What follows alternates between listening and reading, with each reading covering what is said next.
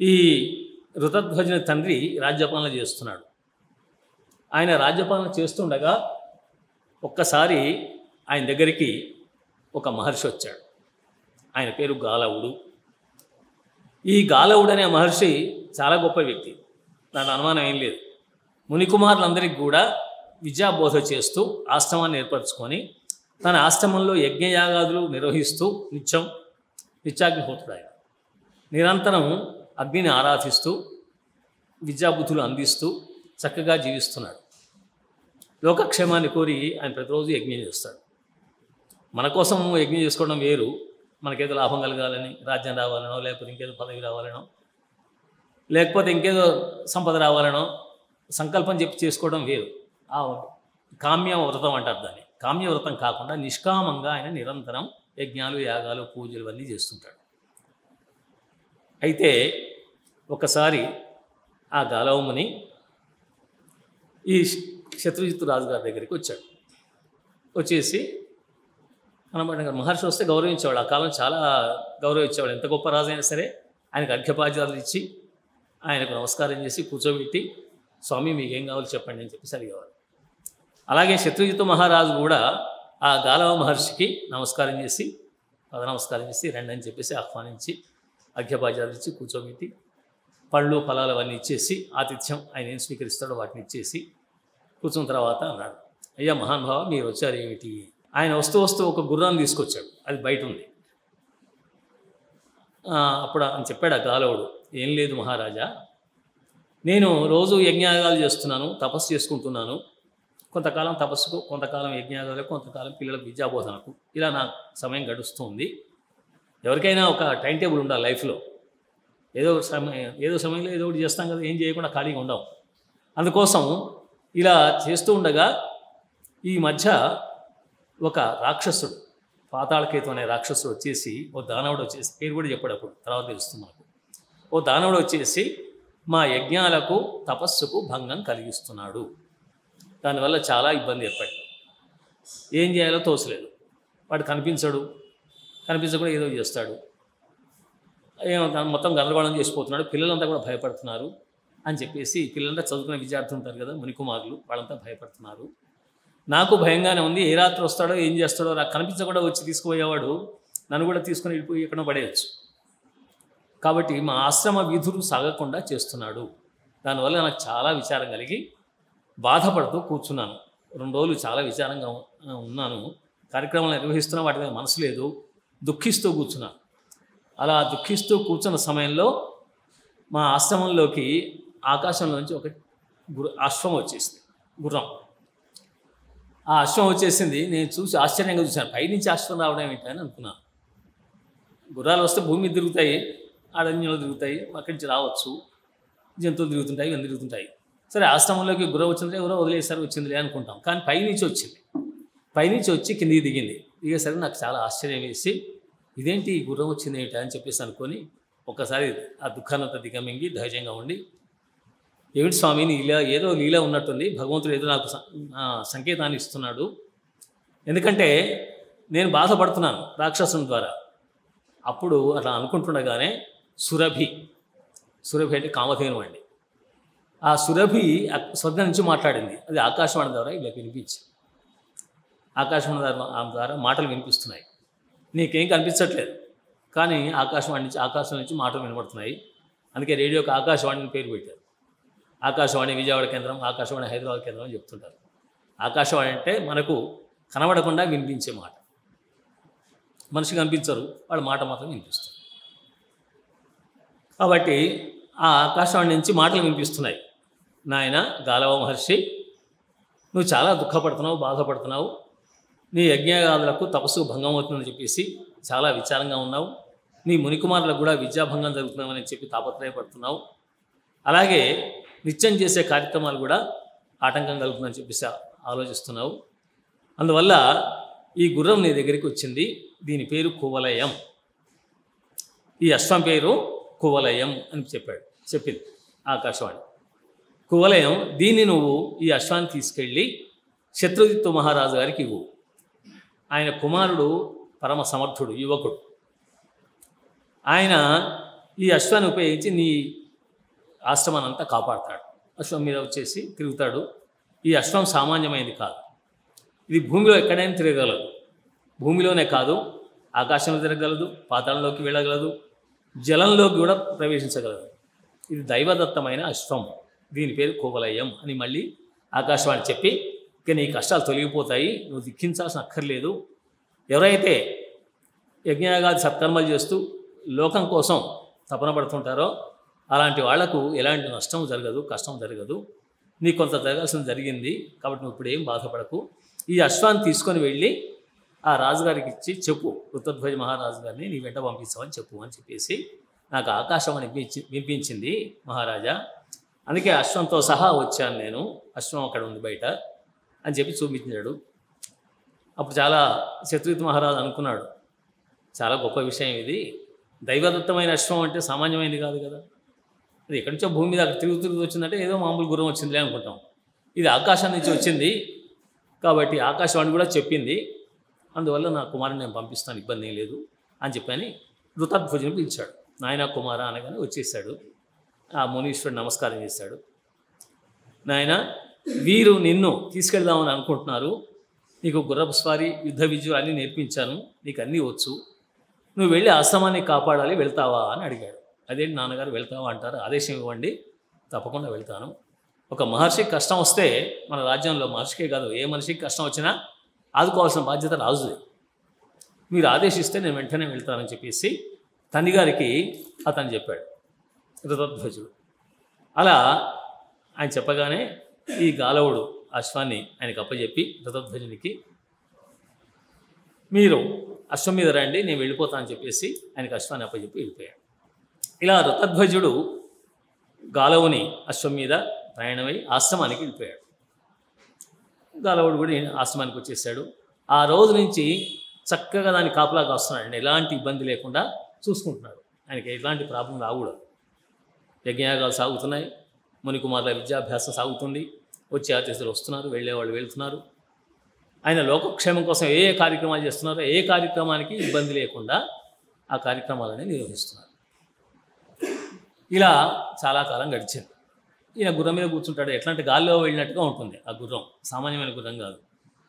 ఒక చుట్టూ తిరిగి ఒక్కసారి తిరిగి వచ్చాడంటే ఎక్కడే ఉందో ఆయన కనబడుతుంది. ఓహో, ఇది బాగుంది అని చెప్పేసి అనుకున్నాడు.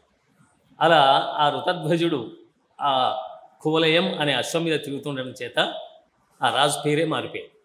ఆయన కువలయాశ్వుడు అని పిలవడం మొదలుపెట్టారు అందరూ. ఆ మునికుమారులు వాళ్ళు వీళ్ళంతా కూడా వచ్చిన వాళ్ళు కూడా కువలయాశ్వుడు అంటే కువలయం అనే అశ్వం మీద తిరిగేవాడు. ఈ రాజు కువలయాశ్వుడు అయిపోయాడు. అలా కువలయాశ్వుడు అయిపోయి ఆశ్రమాన్ని కాపాడుతున్నాడు.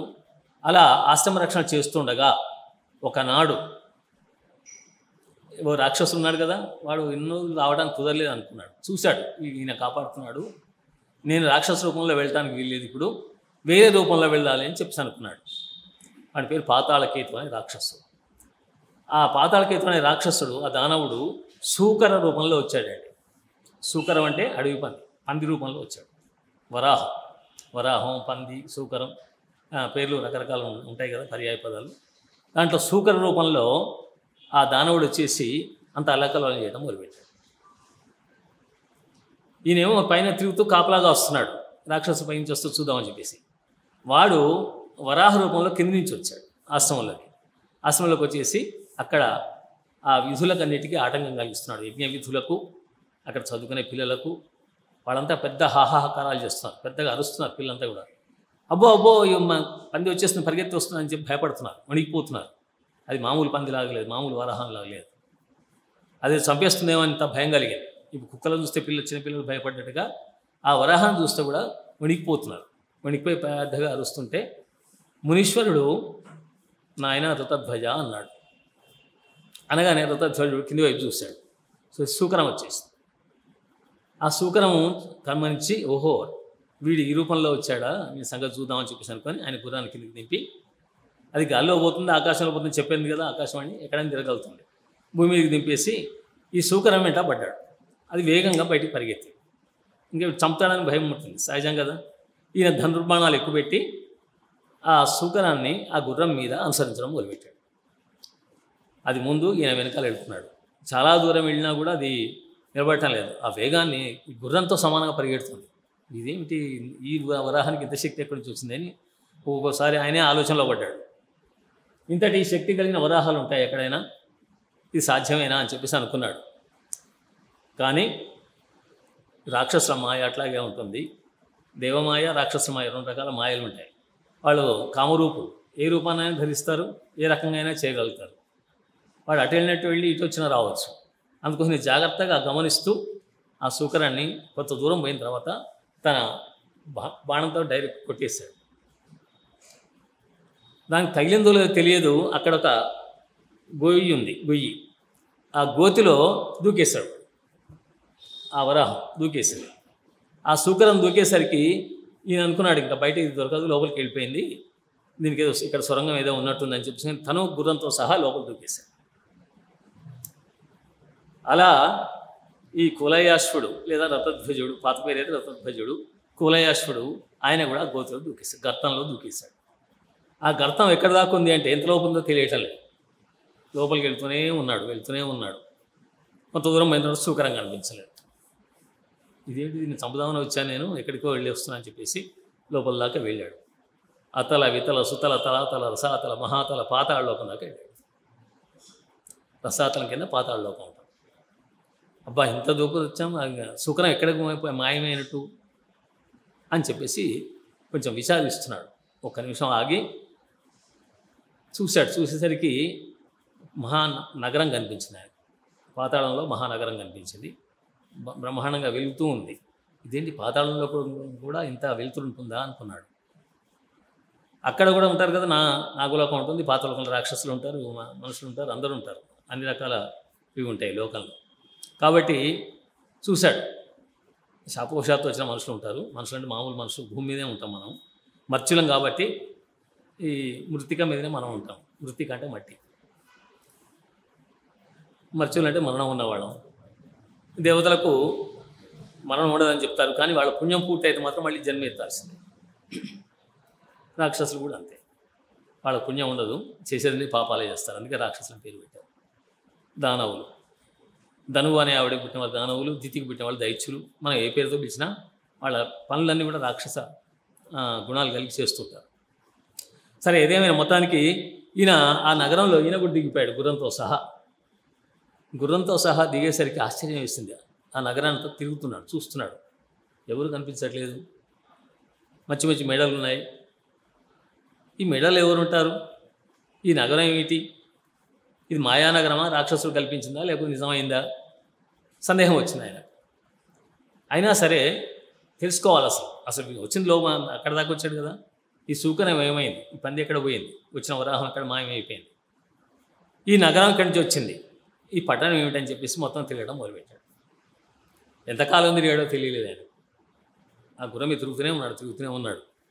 చాలా కాలం ఆ అశ్వం మీద తిరిగిన తర్వాత ఆ కులయాశ్వునికి ఒక చోట ఒక స్త్రీ వెళ్ళడం కనిపించింది. ఓ అమ్మాయి ఉండు అని చెప్పేసి అన్నాడు. మాట్లాడలేదు. నువ్వు ఎక్కడికి వెళ్తున్నావు, నువ్వు ఎక్కడ ఉంటావు, ప్రశ్న వేయడం మొదలుపెట్టాడు. ఏం సమాధానం చెప్పలేదు. అప్పుడు ఆయన అనుకున్నాడు, వీళ్ళకి ఈ భాష రాదేమో, మానవ భాష కాకుండా వేరే భాషలో మాట్లాడదామని. ఆయన చాలా విద్యలు నేర్చుకున్నాడు కాబట్టి ఆయనకు అష్టాదశ భాషలు నేర్చుకున్నాడట, 18 రకాల భాషలు నేర్చుకున్నాడు. మన పివి నరసింహరావు గారికి ఆయనకే అష్టభాషా పండితుని పేరు ఉంది. పివి నరసింహరావు గారు మీ అందరికీ తెలుసు, ఆయన 8 భాషల్లో పండితుడు. ఆయన మరాఠీలో అక్కడ ఇక్కడ చాలా భాషలు, ఎక్కడుంటే అక్కడ భాష నేర్చుకునేవాడు. అలాంటి గొప్ప మేధావి. 8 భాషలు వస్తేనే అంత గొప్ప పండితుడు, మరి 18 భాషలు 16 భాషలు వస్తే ఎంత గొప్పవాడు. షోడశ భాషా పండితుడు దత్తధ్వజుడు. అందుకోసం రకరకాల భాషల్లో మాట్లాడి అడగడం మొదలు పెట్టాడు. ఆయన వింటే కదా, వెళ్తున్నది వెళ్తున్నాడు, అడుగుతున్నాడు, కానీ ఏం సమాధానం చెప్పట్లేదు. ఈయన గుర్రం మీద ఉన్నాడు, ఆయన నడుస్తూ వెళ్తుండే. ఎందుకు సమాధానం చెప్పట్లేదు అని ఆయన సందేహం వచ్చింది. కారణం ఏమిటి, ఈ నోరు లేదా, మూగదైతే మాట్లాడలేదు, లేకపోతే నా కొత్తవాడిని చూసి భయపడుతుందా, ఏదో కారణం ఉంటుంది కదా, మాట్లాడలేదు అంటే ఏదో ఉంటుంది, ఎందుకో భయపడుతున్నట్టుంది అని చెప్పేసి మనసులో అనుకున్నాడు. ఏమైనా సరే ఈమెను అనుసరిస్తాను, ఇక్కడ ఎవరు లేరు, ఇంకెక్కడ మాట్లాడదామన్నా అడుగుదామన్నా, ఇది ప్రదేశం ఎక్కడిదని అడుగుదాం అనుకున్నా కూడా ఇక్కడ ఎవ్వరూ కనిపించట్లేదు. ఇది దేవలోకమా, రాక్షస లోకమా, నాగలోకమా, ఇంకేదన్నా లోకమా, ఏ లోకమా ఆయనకు అర్థం కావట్లేదు. దాంతో ఆమెను అనుసరించడం మొదలుపెట్టాడు. ఎంతసేపు అనుసరించినంతసేపు చెప్పినా కూడా ఏం మాట్లాడకుండా గబగబ నడుస్తూనే ఉంది. ఈయన కనీసం ఈయన వైపు కూడా చూడటం లేదు. దగ్గర దాకా వెళ్ళి, ఏమమ్మా నిన్నే పిలుస్తున్నాను, నీకు అర్థం కావట్లేదా అంటున్నాడు. రకరకాల భాషల్లో అంటున్నాడు. సమాధానం లేదు.